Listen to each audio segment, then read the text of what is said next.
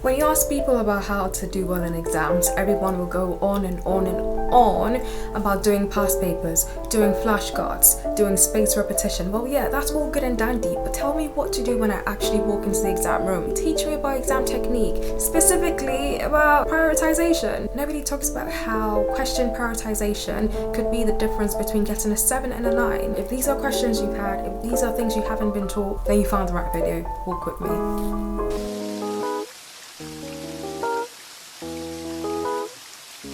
Hey everyone, and you're welcome back to my channel. So I'm Priscilla and I go by Silasa on here, and on here I discuss everything related to education and lifestyle. So if this is the kind of content you're interested in, make sure that you subscribe and turn on your post notifications so that you're alerted anytime that I post. I post videos weekly and will be posting useful videos to help you throughout your GCSE and A-level exam period, okay? So let's get right into it. In this video I'm going to share with you some useful tips on how to prioritize answering questions in your GCSE exams. Prioritization of questions is very important. You don't just walk into the exam and answer the first question you see just because it's the first question on the paper. The sequence of question placement in exam papers is by no means an indication of how you should answer your question. Sometimes it works, other times it doesn't. It's up to you to determine what sequence you're going to answer those questions. By following these steps, you'll be able to manage your time in the exam much more effectively and improve your chances of getting a better grade. So tip number 1,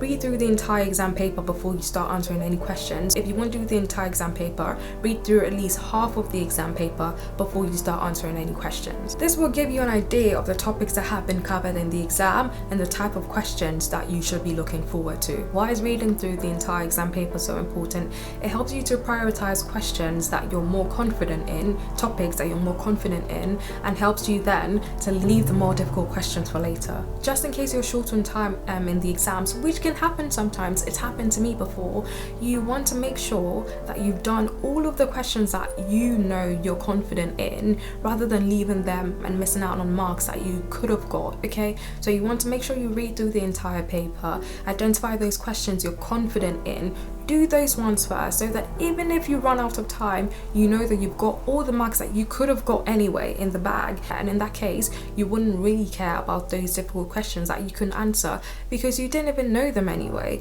But if you start from the very start of the exams, which is where those difficult questions were, waste so much time on them trying to figure out the answers, getting them wrong anyway, and then getting to the end of the exam paper where the questions you were much more confident in are actually placed, but you can't even get the chance to do them because what? You've run out of time. You don't want to do that. So go through the whole paper, identify the questions you're confident in, make a note of those ones, make sure you breeze through those ones quickly and leave some time to ponder over and try to get those difficult marks, or those questions that you weren't so confident in, try to get those marks in the bag. Get a few marks in. If it's maths, do some calculation steps, you might get a few marks here and there, and get your grades up as much as you can. Secondly, you want to prioritize questions based on the amount of marks that they have been allocated. You want to prioritize questions that have higher mark value over those ones that might not get you too many marks. Questions that have higher mark values should be given priority if you can, because they obviously have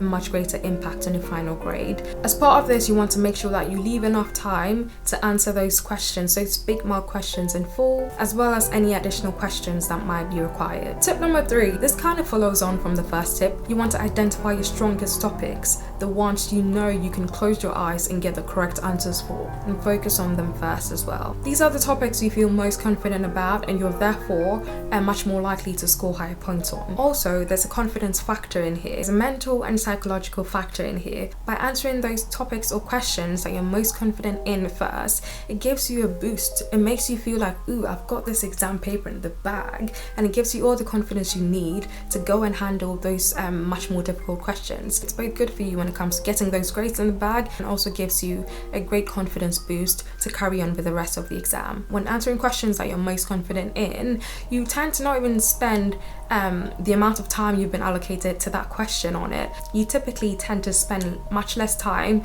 than you've been actually allocated on that topic, and that means that it leaves you much more time to ponder over and to try to approach those much more difficult questions, or those questions that you didn't revise. Tip number 5, you need to manage your time effectively when it comes to prioritization. Tip number 5 is much more relevant to the last week you have before your actual exam, and that is a good old practice past papers. You obviously can't practice past papers in the exam hall, we all know that. This will help you to get a much better understanding of the kinds of questions they will be asking you and the best way to answer them. Also, by practicing past papers, you'll be much more aware of your strengths and weaknesses and know what areas you need to focus on more in this 1 week you've got before your actual exam comes up. Time for a quick anecdote. We all love a good story. So one thing I remember, and I don't think I'll ever forget this, is what I did for my economics A-level paper. I know this is a GCSE video, but it's just as applicable to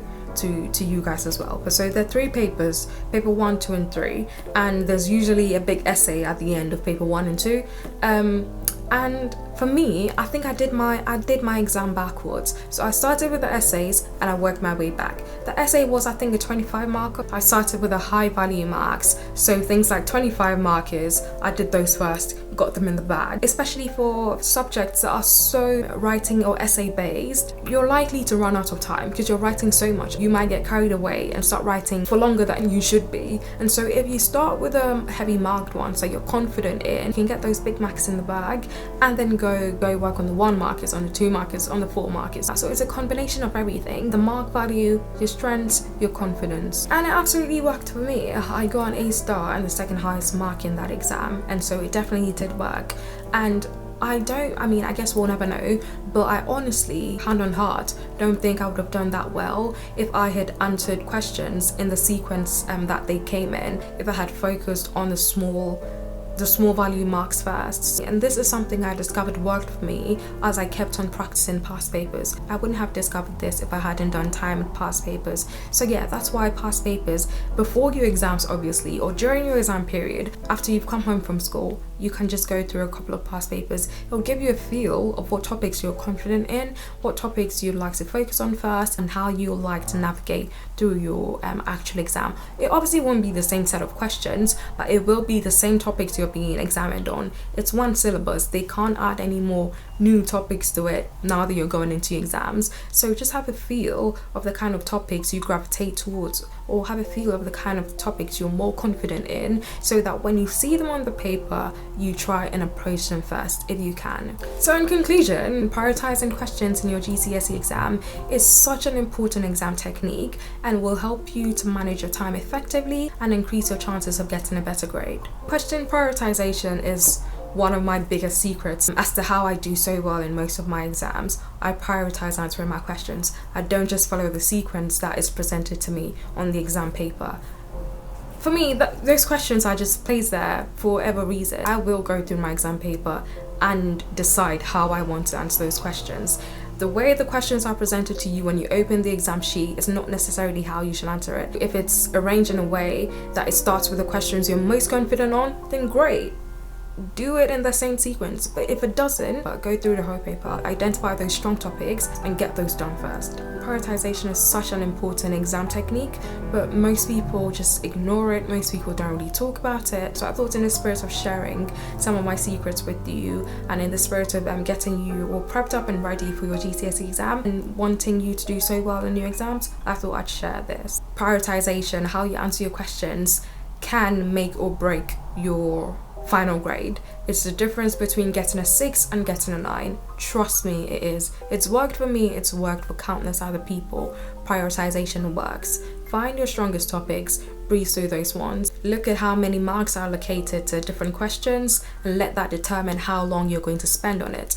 If you find a question you're not too confident in, leave it.